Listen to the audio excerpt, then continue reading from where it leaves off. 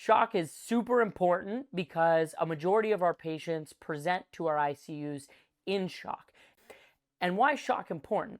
Well, shock by definition is basically when the body's metabolic demands are not being met by the supply of oxygen. Well, whenever you have decreased perfusion or decrease in oxygen delivery, you're at very high risk of causing cellular hypoxia.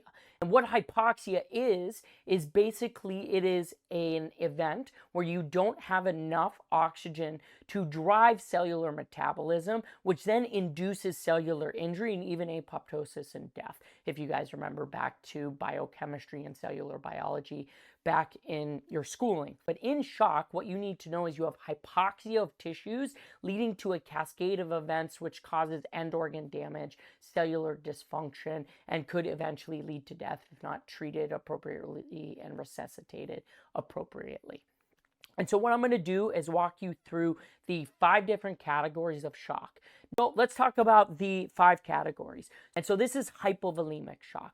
The second type of shock is distributive shock. And distributive shock is really characterized by a marked degree of vasoplegia. And vasoplegia just basically means vasodilation or dilation of your blood vessels, your veins, your arterioles. Third type of shock is obstructive shock.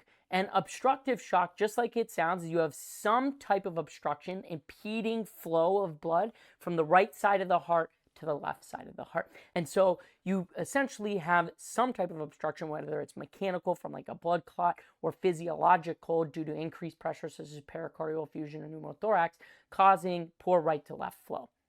The fourth type of shock is cardiogenic shock. And then the fifth type of shock that I always say is kind of a mixed picture is an upper cervical spinal type shock. And the reason why I say this is a mixed picture is because it kind of acts like a pseudo cardiogenic shock and a distributive shock.